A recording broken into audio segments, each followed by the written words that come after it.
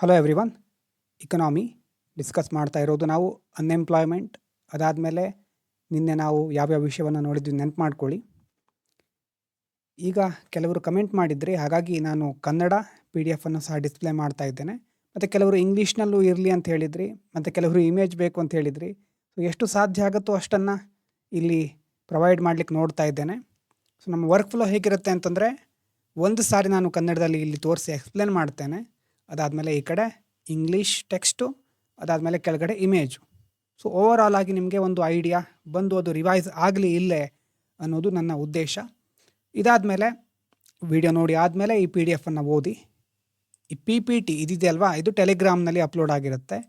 ಈ ಒಂದು PDF ಇದಿದೆಯಲ್ವಾ, ಈ ಕಡೆ ಇರೋದು ಕನ್ನಡದಲ್ಲಿರೋದು, ಇದು ಗೂಗಲ್ ಡ್ರೈವಲ್ಲಿ ಅಪ್ಲೋಡ್ ಆಗಿರುತ್ತೆ. ಸೊ ಸ್ಟಾರ್ಟ್ ಮಾಡೋಣ. 13th class, women's role in the job market ಅಲ್ವಾ. ನಮ್ಮ ದೇಶದ ಎಕಾನಮಿ ಅಥವಾ ಇಡೀ ಸೊಸೈಟಿ ಸರಿಯಾದ ರೀತಿಯಲ್ಲಿ ಗ್ರೋ ಆಗಬೇಕು, ಡೆವಲಪ್ ಆಗಬೇಕು ಅಂತಂದರೆ ಮಹಿಳೆಯರ ಪಾತ್ರ ಬಹಳ ಮುಖ್ಯ. ಕೇವಲ ಪುರುಷರು ಮಾತ್ರ ಜಾಬನ್ನು ಪಡ್ಕೊಂಡು ಸಮಾಜವನ್ನು ಉದ್ಧಾರ ಮಾಡ್ತಾರೆ ಅಂತ ಹೇಳಲಿಕ್ಕಾಗೋದಿಲ್ಲ. ಮಹಿಳೆಯರ ಪಾತ್ರವು ಬಹಳ ಮುಖ್ಯ ಆಗಿರುತ್ತೆ. ದೇಶದ ಅರ್ಧದಷ್ಟು ಜನಸಂಖ್ಯೆ ಇರುವಂಥ ಮಹಿಳೆಯರನ್ನು ಹೊರಗಿಟ್ಟುಕೊಂಡು ನಾವು ಎಕನಾಮಿಕಲಿ ಸೂಪರ್ ಪವರ್ ಆಗ್ತೇವೆ ಅಂತ ಹೊರಟ್ರೆ ಅದು ಆಗೋದಿಲ್ಲ. ಹೀಗಾಗಿ ಮಹಿಳೆಯರ ಒಂದು ಸ್ಥಾನ ಏನು ಪ್ರಸ್ತುತವಾದ ಉದ್ಯೋಗ ಮಾರುಕಟ್ಟೆಯಲ್ಲಿ, ಜಾಬ್ ಮಾರ್ಕೆಟಲ್ಲಿ ಅಂತ ನಾವು ಇಲ್ಲಿ ನೋಡ್ತಾ ಇದ್ದೇವೆ. So women's role in the job market. So more women in work, that means stronger economy and that leads to stronger India ಅಲ್ವಾ. ಸೊ ಇಲ್ಲಿ ಪ್ರಮುಖವಾಗಿ ನಾವು ಕನ್ಸಿಡರ್ ಮಾಡೋದು LFPR. ಸರಿಯಾಗಿ ನೋಡ್ಕೊಳ್ಳಿ, ಲೇಬರ್ ಫೋರ್ಸ್ ಪಾರ್ಟಿಸಿಪೇಷನ್ ರೇಟ್. ಕನ್ನಡದಲ್ಲಿ ಶ್ರಮಿಕರ ಭಾಗಿತ್ವ ದರ ಅಂತ ಹೇಳಬಹುದು, ಶ್ರಮ ಶಕ್ತಿ ಅಂತ ಕೆಲವೊಂದು ಕಡೆ ಇದೆ, ಶ್ರಮಿಕರ ಅಂತ ಇಟ್ಕೊಳ್ಳೋಣ. Labour force participation rate. It measures the percentage of people in the working age population who are either working or actively looking for work. ನೋಡಿ, ಲೇಬರ್ ಫೋರ್ಸ್ ಪಾರ್ಟಿಸಿಪೇಷನ್ ಅಂತಂದರೆ ಎಷ್ಟು ಜನ ಒಟ್ಟು ಜನಸಂಖ್ಯೆಯಲ್ಲಿ ಒಂದು ಹಂತದಲ್ಲಿ, ನಿನ್ನೆ ನೋಡಿದ್ವಲ್ವಾ, 0ಇಂದ 14 ತನಕ ವರ್ಕ್ ಮಾಡಲಿಕ್ಕಾಗಲ್ಲ, ವರ್ಕ್ ಮಾಡಬಾರ್ದು ಅವರು. ಅದಾದಮೇಲೆ 59 ವರ್ಷ ನಂತರದವರು ರಿಟೈರ್ಡ್ ಆಗಿರ್ತಾರೆ. ವರ್ಕಿಂಗ್ ಏಜ್ ಪಾಪ್ಯುಲೇಷನ್ ಅಂತ ಇದೆ ನೋಡಿ ಮಿಡ್ಲಲ್ಲಿ, 15ರಿಂದ 59 ವರ್ಷ. ಆ ಒಂದು ಹಂತದಲ್ಲಿ ಇರುವವರು ಎಷ್ಟು ಜನ ಈಗಾಗಲೇ ಕೆಲಸ ಮಾಡ್ತಾ ಇದ್ದಾರೆ ಮತ್ತು ಕೆಲಸ ಹುಡುಕ್ತಾ ಇದ್ದಾರೆ. ಅವರೆಲ್ಲ ಬರೋದು ಯಾವುದರಲ್ಲಿ? ಲೇಬರ್ ಫೋರ್ಸಲ್ಲಿ. ಅವರ ಒಂದು ಪಾರ್ಟಿಸಿಪೇಷನ್ ರೇಟ್, ಅದಕ್ಕೆ ನಾವೇನಂತ ಕರಿತೇವೆ labour force participation rate. Who are either working or actively looking for work. Working employed ಆಗಿದ್ದಾರೆ ಒಂದು ಕಡೆ, ಅದ್ರ ಜೊತೆ ಇನ್ನೊಂದು ಕಡೆ ಕೆಲವರು ಹುಡುಕ್ತಾ ಇರ್ತಾರೆ, ಅಥವಾ ಕೆಲಸ ಇರೋದಿಲ್ಲ, ಕೆಲಸ ಮಾಡಲಿಕ್ಕೆ ರೆಡಿ ಇರ್ತಾರೆ. ಅವರೆಲ್ಲ ಸಹ ಲೇಬರ್ ಫೋರ್ಸ್ ಅದರಲ್ಲಿ ಬರ್ತಾರೆ. ಅವರ ಪಾರ್ಟಿಸಿಪೇಷನ್ ರೇಟನ್ನು ನಾವು ಅಳೆಯೋದು LFPR. ಅರ್ಥ ಆಯ್ತಾ?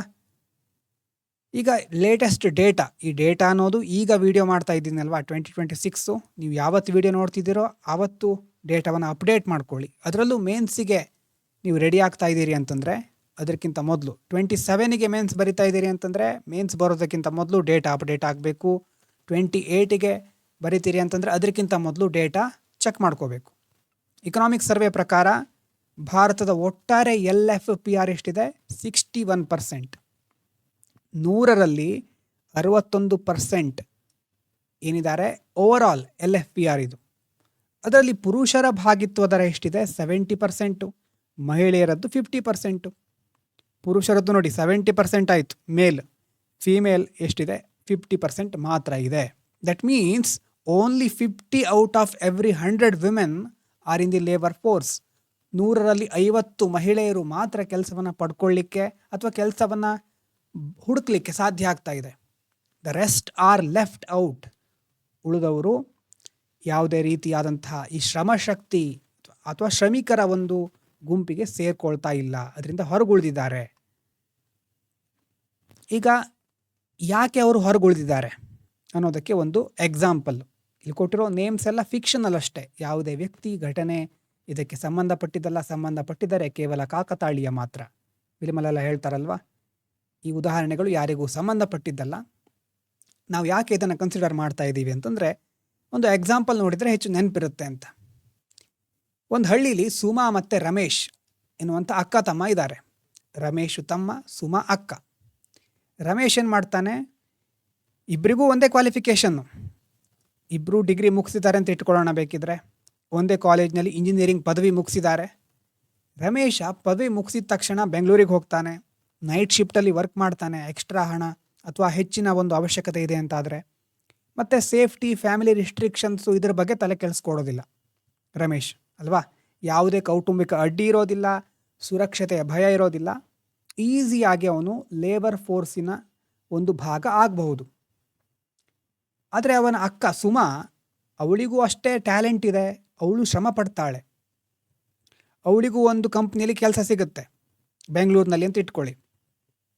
ಆದರೆ ಪೋಷಕರು, ಪೇರೆಂಟ್ಸ್ ಏನು ಹೇಳ್ತಾರೆ, ಹುಡುಗಿ ಒಬ್ಬಳೇ ಅಷ್ಟು ದೂರದ ನಗರದಲ್ಲಿ ಇರೋದು ಬೇಡ, ನೈಟ್ ಶಿಫ್ಟಲ್ಲಿ ಕೆಲಸ ಮಾಡಿದರೆ ಸೇಫ್ಟಿ ಇಲ್ಲ ಅಂತ ಅವಳನ್ನು ಕೆಲಸ ಸಿಕ್ಕಿದ್ರೂ ಕಳಿಸೋದಿಲ್ಲ. ಕೆಲವು ವರ್ಷದ ನಂತರ ಮದುವೆ ಮಾಡ್ತಾರೆ, ಮನೆಯಲ್ಲಿ ಮಗು ಆಗುತ್ತೆ, ಮಗುವಿನ ಆರೈಕೆಗೋಸ್ಕರ ಕೆಲಸವನ್ನು ಸಂಪೂರ್ಣವಾಗಿ ಬಿಡಬೇಕಾಗತ್ತೆ. She was not allowed to move to another city and there is no scope for night shift work, and at the same time after marriage she need to take care of her child, and that led her to quit her job ಅಲ್ವಾ. ತನ್ನ ಮಗು ಪಾಲನೆ ಪೋಷಣೆಗೋಸ್ಕರ ಕೆಲಸವನ್ನು ಬಿಡಬೇಕಾಗತ್ತೆ. So there is ability and there is willingness also, but social and family barriers push her out of this labor force. ಶ್ರಮಶಕ್ತಿಯಿಂದ, ಶ್ರಮಿಕರ ಸಾಲಿನಿಂದ ಇವಳನ್ನು ಹೊರಗಿಟ್ಟಿರೋದು ಯಾವುದು? ಸೋಷಿಯಲ್ ಅಥವಾ family barriers. That is why we can see out of 50 ಅಂತಂದರೆ out of 100 ಎಷ್ಟು 50, S 100ಅಲ್ಲಿ 50 ಮಹಿಳೆಯರು, ಫೀಮೇಲ್ ಲೇಬರ್ ಫೋರ್ಸ್ ಪಾರ್ಟಿಸಿಪೇಷನ್ ಎಷ್ಟು 50 ಇದೆ. 100ರಲ್ಲಿ 50 ಮಹಿಳೆಯರು ಹೊರಗುಳಿದಿದ್ದಾರೆ, they are left out. So ಈಗ ಈ ಥರ ಡೇಟಾ ಬರುತ್ತೆ, ಸರ್ಕಾರಕ್ಕೂ ಸಿಗುತ್ತೆ. ಡೇಟಾವನ್ನು ಇಂಪ್ರೂವ್ ಮಾಡಬೇಕಲ್ವಾ ಅಂತ ಸರ್ಕಾರ ಏನು ಮಾಡುತ್ತೆ, ಬೇರೆ ಬೇರೆ ಯೋಜನೆಗಳನ್ನು ಮಾಡುತ್ತೆ. ಲೇಬರ್ ಫೋರ್ಸ್ ಪಾರ್ಟಿಸಿಪೇಷನ್ ರೇಟನ್ನು ಇಂಪ್ರೂವ್ ಮಾಡಬೇಕು ಅಂತ ಸರ್ಕಾರ ಯೋಜನೆಗಳನ್ನು ರೂಪಿಸುತ್ತೆ. ಉದಾಹರಣೆಗೆ ನೋಡಿ, ಮೆಟರ್ನಿಟಿ ಬೆನಿಫಿಟ್. ತಾಯಿಯಾದಾಗ ಅವಳ ಕೆಲಸ ಹೋಗಬಾರ್ದು ಅಥವಾ ಮಗುವಿನ ಒಂದು ಆರೈಕೆಗೆ ಯಾವುದೇ ಒಂದು ತೊಂದರೆ ಆಗಬಾರ್ದು. ಅದಕ್ಕೋಸ್ಕರ ಏನು ಮಾಡ್ತಾರೆ, ಮಗು ಹುಟ್ಟಿದಾಗ ಕೆಲಸ ಬಿಡೋದನ್ನು ತಪ್ಪಿಸಬೇಕು ಮಹಿಳೆಯರು. ಹಾಗಾಗಿ ಹೆರಿಗೆ ರಜೆ ಏನಿದೆ ಅದನ್ನು 26 ವಾರಗಳಿಗೆ ಹೆಚ್ಚಿಸ್ತಾರೆ. ಮತ್ತು ಕಂಪ್ನಿಯಲ್ಲಿ ಏನಿರಬೇಕು, ಒಂದು ಕ್ರೀಶ್ ಅಥವಾ ಕ್ರೀಶ್ ಅಂತ ಹೇಳ್ತೇವೆ, ಶಿಶುಪಾಲನಾ ಕೇಂದ್ರ ಅಂತ ಹೇಳ್ಬೋದು. ಅಂತಂದರೆ ಯಾರು ತಾಯಂದ್ರು ಇರ್ತಾರೆ ಅವರ ಮಕ್ಕಳನ್ನು ನೋಡ್ಕೊಳ್ಳಿಕ್ಕೆ ಕೆಲವೊಂದು ಶಿಶುಪಾಲನಾ ಕೇಂದ್ರಗಳು ಇರಬೇಕು. So maternity benefit act. So ರೀಸೆಂಟಾಗಿ ಏನಾದರೂ ನ್ಯೂಸಲ್ಲಿದ್ದರೆ ದಯವಿಟ್ಟು ನೋಡ್ಕೊಳ್ಳಿ. ಸೋಷಿಯಲ್ ಜಸ್ಟಿಸ್ಸು ಸೊಸೈಟಿಯಲ್ಲಿ ಲಿಂಕ್ ಆಗುವಂಥ ವಿಷಯ ಇದು. ಮತ್ತು ಈಗ ಸೇಫ್ಟಿ ಅನ್ನೋದು ಇನ್ನೊಂದು ಪ್ರಾಬ್ಲಮ್ ಆಗಿತ್ತು ಅಲ್ವಾ. ರಾತ್ರಿ ಸಮಯದಲ್ಲಿ ಧೈರ್ಯವಾಗಿ ಕೆಲಸ ಮಾಡಲಿಕ್ಕೆ ಆಗ್ತಾ ಇರಲಿಲ್ಲ. ಇದಕ್ಕೋಸ್ಕರ ಏನು ಮಾಡೋದು, ಸೇಫ್ಟಿ ಮತ್ತು ಟ್ರಾನ್ಸ್ಪೋರ್ಟ್ ಮೆಷರ್ಗಳನ್ನು ಕೈಗೊಳ್ಳೋದು. ಸೇಫ್, ಅದಕ್ಕೋಸ್ಕರ CCTV ಸರ್ವೆಲೆನ್ಸು ವರ್ಕ್ ಪ್ಲೇಸ್ಗಳಲ್ಲಿ. ಮತ್ತು ಪ್ರತಿಯೊಂದು ಆರ್ಗನೈಸೇಷನ್ನಲ್ಲೂ ಇಂಟರ್ನಲ್ ಕಂಪ್ಲೇಂಟ್ಸ್ ಕಮಿಟಿ ಅಂತ ಸ್ಥಾಪನೆ ಮಾಡೋದು, ಆಂತರಿಕ ದೂರು ಸಮಿತಿ ಅಂತ ಹೇಳ್ತೇವೆ. ಅದನ್ನು ಸ್ಥಾಪನೆ ಮಾಡೋದ್ರಿಂದ ಅವರಿಗೆ ಏನೇ ಸಮಸ್ಯೆಗಳಿದ್ದರೂ ಆ ಸಮಿತಿಗೆ ಅವರು ಕಂಪ್ಲೇಂಟ್ ಮಾಡಿ ತಮಗೆ ಬೇಕಾದ ಸಹಾಯ ಸಹಕಾರವನ್ನು ಪಡ್ಕೋಬೋದು. ಅದಾದಮೇಲೆ ಎಜುಕೇಷನ್ ಮತ್ತು ಎಂಪವರ್ಮೆಂಟ್, ಇದು ಬೇಸ್ ಅಲ್ವಾ.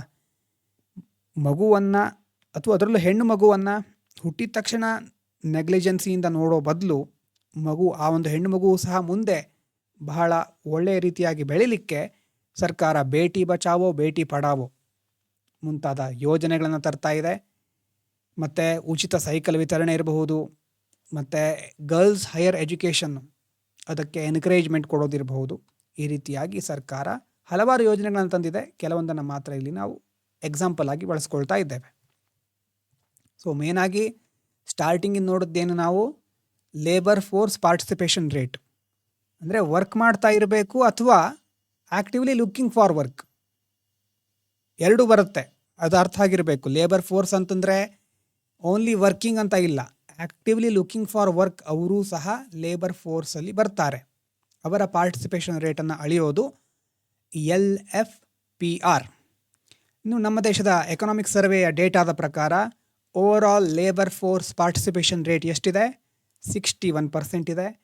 ಮೇಲ್ ಪಾರ್ಟಿಸಿಪೇಷನ್ ರೇಟ್ 70% ಇದೆ. ಫೀಮೇಲ್ 50% ಇದೆ. ಫೀಮೇಲ್ ಯಾಕೆ ಕಡಿಮೆ ಇದೆ ಅಂತಂದರೆ ಸೊಸೈಟಲ್ ಅಥವಾ ಫ್ಯಾಮಿಲಿ ಇಶ್ಯೂಸ್ ಅಲ್ವಾ, ಅದರಿಂದ ನಾವು ಈ ಒಂದು ಡೇಟಾದಲ್ಲಿ ಎಷ್ಟು ವೇರಿಯೇಷನ್ ಇದೆ ಅಂತ ನಾವು ನೋಡ್ಬೋದು. 2 ಎಕ್ಸಾಂಪಲ್ ನೋಡಿದ್ವಿ ಯಾವ ರೀತಿ ಈ ರೀತಿ ಸಮಸ್ಯೆ ಬರುತ್ತೆ ಅಂತ. ಈಗ ಫೀಮೇಲ್ ಲೇಬರ್ ಫೋರ್ಸ್ ಪಾರ್ಟಿಸಿಪೇಷನನ್ನು ಹೆಚ್ಚಿಸಲಿಕ್ಕೆ ಸರ್ಕಾರ ಬೇರೆ ಬೇರೆ ಕ್ರಮಗಳನ್ನು ಕೈಗೊಳ್ಳುತ್ತೆ. ಅದರಲ್ಲಿ ಒಂದು ಮೆಟರ್ನಿಟಿ ಬೆನಿಫಿಟ್ ಆ್ಯಕ್ಟು, ಸೇಫ್ಟಿ ಮತ್ತು ಟ್ರಾನ್ಸ್ಪೋರ್ಟು, ಎಜುಕೇಷನ್ ಆ್ಯಂಡ್ ಎಂಪವರ್ಮೆಂಟ್. ಇದು ಎಕ್ಸಾಂಪಲ್ ಅಷ್ಟೇ. ಇದನ್ನು ಬಿಟ್ಟು ನಿಮಗೇನು ಬೇರೆ ಯೋಜನೆ ಗೊತ್ತಿದ್ದರೆ ದಯವಿಟ್ಟು ಕಮೆಂಟ್ ಮಾಡಿ. ಅಂತಂದರೆ ನಿಮಗೆ ಎಷ್ಟು ರೀಸೆಂಟ್ ನ್ಯೂಸಲ್ಲಿ ನೀವು ಕೇಳ್ತಾ ಇದ್ದಾರೆ ಅಂತ ನೋಡಲಿಕ್ಕೆ ಯಾವುದಾದ್ರೂ ಇದನ್ನು ಬಿಟ್ಟು ಯೋಜನೆಗಳು ಏನೇನು ಗೊತ್ತಿದೆ ನಿಮಗೆ, ಫೀಮೇಲ್ ಲೇಬರ್ ಫೋರ್ಸ್ ಪಾರ್ಟಿಸಿಪೇಷನನ್ನು ಹೆಚ್ಚಿಸುವಂತಹ ಯಾವುದಾದ್ರೂ ಯೋಜನೆ ಗೊತ್ತಿದೆಯಾ? ನ್ಯೂಸಲ್ಲಿ ಎಲ್ಲಾದರೂ ಓದಿದ್ರಾ? ತಿಳ್ಕೊಂಡು 1 ಅಥವಾ 2 ಯೋಜನೆಯನ್ನು, ಇನಿಷಿಯೇಟಿವ್ಸ್ಗಳನ್ನು ಕಮೆಂಟ್ ಮಾಡಬಹುದು. ಸೊ ಹಾಗಾಗಿ next, low women's participation is a key reason for India's lower rank in UNDP's gender inequality index. UNDP ಏನು ಜೆಂಡರ್ ಇನ್ಇಕ್ವಾಲಿಟಿ ಇಂಡೆಕ್ಸ್ ಬಿಡುಗಡೆ ಮಾಡುತ್ತೆ, ಅದರಲ್ಲಿ ಇಂಡಿಯಾದ ರ್ಯಾಂಕು ಲೋ ಇದೆ. ರ್ಯಾಂಕ್ ಲೋ ಇದೆ ಅಂತಂದರೆ ಟಾಪ್ ರ್ಯಾಂಕಲ್ಲಿ 1, 2 ಆ ಥರ ಅಲ್ಲ, ರ್ಯಾಂಕು ಕಳಪೆಯಾಗಿದೆ ಅಂತ. ಯಾಕೆ ರ್ಯಾಂಕ್ ಕಳಪೆಯಾಗಿದೆ ಅಂತಂದರೆ low women's participation. So inequality, gender inequality ಹೆಚ್ಚಿದೆ ಅಂತ ಅದರ ಅರ್ಥ. ಸೊ ಈಕ್ವಲ್ ಆಪರ್ಚುನಿಟಿ ಒಂದು ವೇಳೆ ಮಹಿಳೆಯರಿಗೂ ಸಿಕ್ಕಿದ್ರೆ ಅವರಿಂದ ಸಹ GDPಗೆ ಕೊಡುಗೆ ಸಿಗುತ್ತೆ, GDP ಗ್ರೋ ಆಗುತ್ತೆ. ಸೋಷಲ್ ಜಸ್ಟಿಸಿನ ಒಂದು ಆಯಾಮ ಅಲ್ವಾ ಅದು.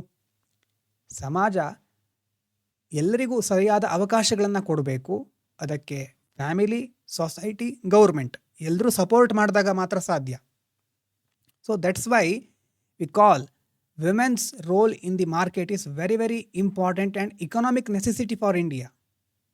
ನಮ್ಮ ದೇಶ ಆರ್ಥಿಕವಾಗಿ ಬೆಳೆಯಬೇಕು ಅಂತಂದರೆ ಮಹಿಳೆಯರ ಪಾಲ್ಗೊಳ್ಳುವಿಕೆ ಬಹಳ ಮುಖ್ಯ, important, very very important. So gender inequality index UNDP ಬಿಡುಗಡೆ ಮಾಡೋದು.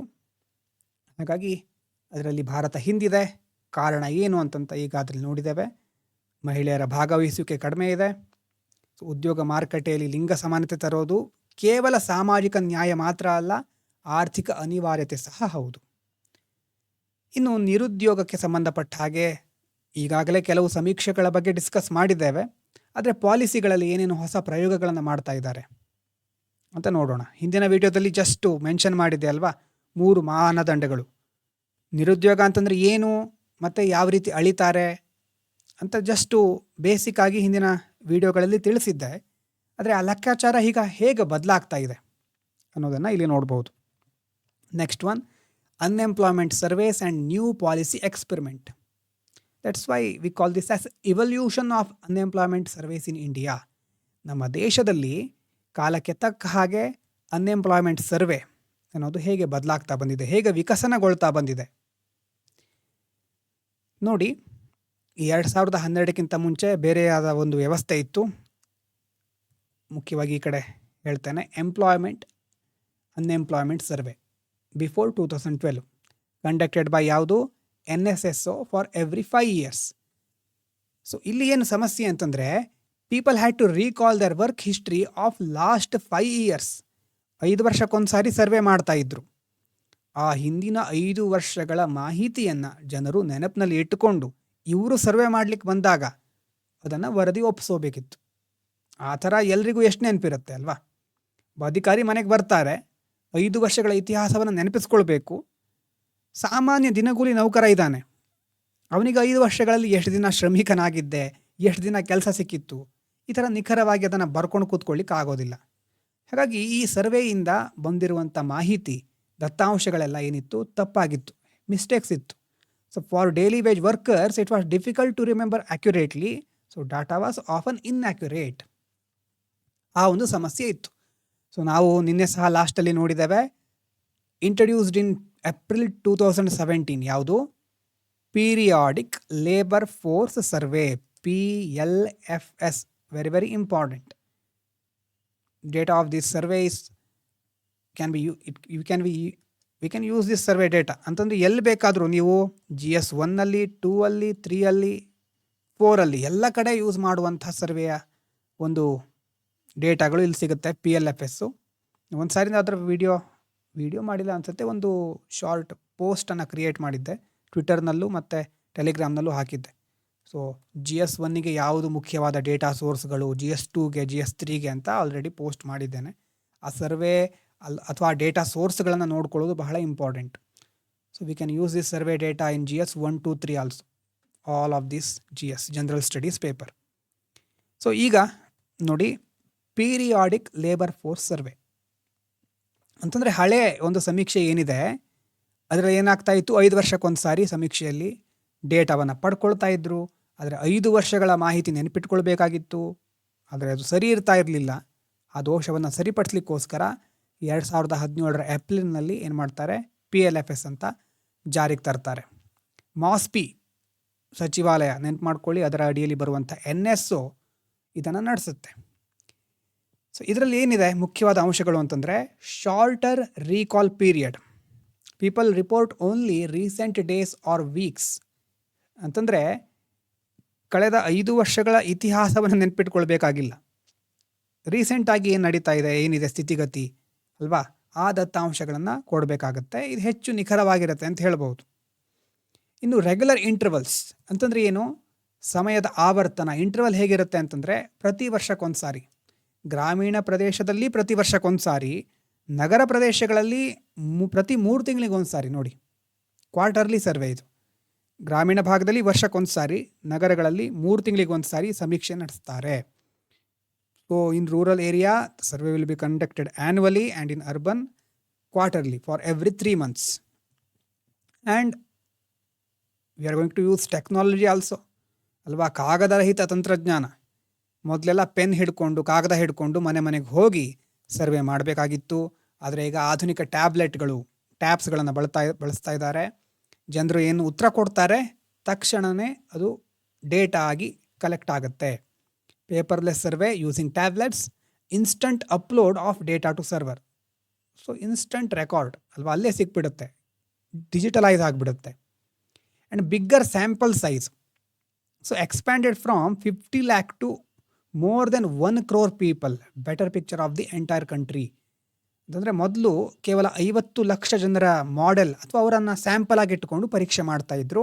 ಈಗ ಅದನ್ನು 1 ಕೋಟಿಗೂ ಹೆಚ್ಚು ಜನರಿಗೆ ವಿಸ್ತರಿಸ್ತಾ ಇದ್ದಾರೆ. ಹೆಚ್ಚು ಜನರ ಡೇಟಾ ಸಿಕ್ಕಿದಾಗ ಹೆಚ್ಚಿನ ಅಥವಾ ನೈಜ ಚಿತ್ರಣ ಅಂತ ಹೇಳ್ತೀವಲ್ವಾ, ರಿಯಲಿಸ್ಟಿಕ್ ಪರ್ಸ್ಪೆಕ್ಟಿವ್ ನಮಗೆ ಸಿಗ್ತಾ ಹೋಗುತ್ತೆ ಎಂಟೈರ್ ಕಂಟ್ರಿದು. ಈಗ ಈ ಥರ ಸರ್ವೆ ಮಾಡಬೇಕಾದ್ರೆ ಒಂದು ಪ್ರಮುಖವಾದ ಸಂಶೋಧನಾ ವಿಧಾನ ಇದೆ. ಇದು ನಿಮಗೆ ಉಪಯೋಗ ಬರಬಹುದು, ಡೈರೆಕ್ಟಾಗಿ ಯೂಸ್ ಆಗುತ್ತೆ ಅಂತಲ್ಲ, ಆದರೆ ನೋಡಿ ಕೇಳಿಸ್ಕೊಳ್ಳಿ ಹೇಗಿರುತ್ತೆ ಅಂತ.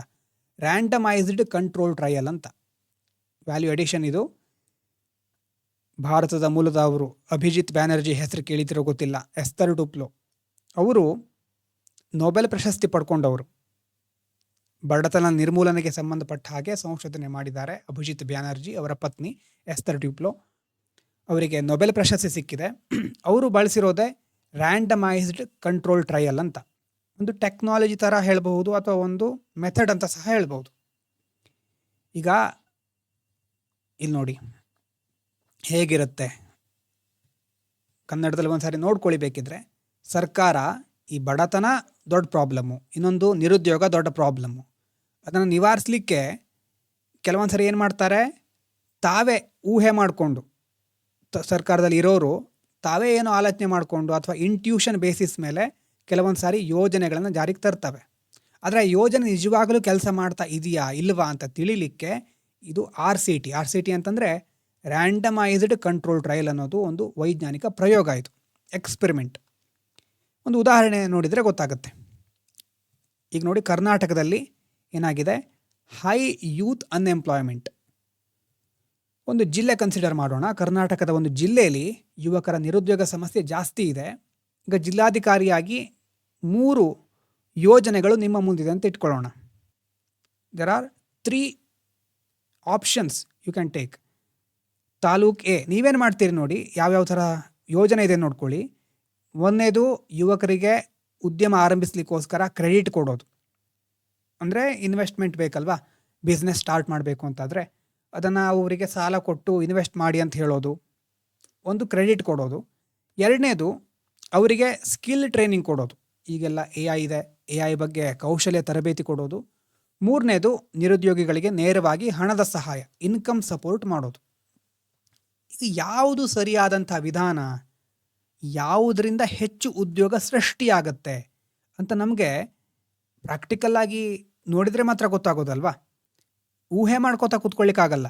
ಕ್ರೆಡಿಟ್ ತಗೊಂಡವರೆಲ್ಲ ಅದನ್ನು ಉದ್ಯೋಗಕ್ಕೋಸ್ಕರನೇ ಬಳಸ್ತಾರಾ ಗೊತ್ತಿಲ್ಲ. ಸ್ಕಿಲ್ ತಗೊಂಡ್ರೂ ಸಹ ಅದರಲ್ಲಿ ಅವ್ರಿಗೆ ಜಾಬ್ ಸಿಗುತ್ತಾ ಗೊತ್ತಿಲ್ಲ. ಇನ್ಕಮ್ ಸಪೋರ್ಟ್ ಕೊಟ್ಟರೂ ಸಹ ಅದನ್ನು ಯಾವುದಕ್ಕೆ ಉಪಯೋಗ ಮಾಡ್ತಾರೆ ಗೊತ್ತಿಲ್ಲ. ಹಾಗಾಗಿ ಪ್ರಾಕ್ಟಿಕಲಾಗಿ ನಾವೇನು ಮಾಡಬಹುದು, ಇಡೀ ಜಿಲ್ಲೆಗೆ ಒಂದೇ ಯೋಜನೆಯನ್ನು ತರದೆ RCT ಪ್ರಯೋಗ ಮಾಡ್ತಾರೆ. ಇಡೀ ಡಿಸ್ಟಿಕ್ಕಿಗೆ ಯೋಜನೆ ಒಂದನ್ನು ಇಂಪ್ಲಿಮೆಂಟ್ ಮಾಡೋಣ ಅಂತ ಹೋಗೋದಿಲ್ಲ. ಏನು ಮಾಡ್ತಾರೆ, 4 ಬೇರೆ ಬೇರೆ ತಾಲೂಕುಗಳನ್ನು ಆಯ್ಕೆ ಮಾಡ್ಕೊಳ್ತಾರೆ. ಆ ತಾಲೂಕುಗಳ ಭೌಗೋಳಿಕ ಆರ್ಥಿಕ ಸ್ಥಿತಿ ಒಂದೇ ಇರಬೇಕು. ಅಂತಂದರೆ ಅದು ವೇರಿಯೇಷನ್ಸ್ ಇದ್ದರೆ ಅಲ್ಲಿ ಮತ್ತೆ ಹೆಚ್ಚಿನ ಒಂದು ಬೇರೆ ರೀತಿ ಡಿಸ್ಟ್ರಪ್ಷನ್ ಬರಬಹುದು ಡೇಟಾದಲ್ಲಿ.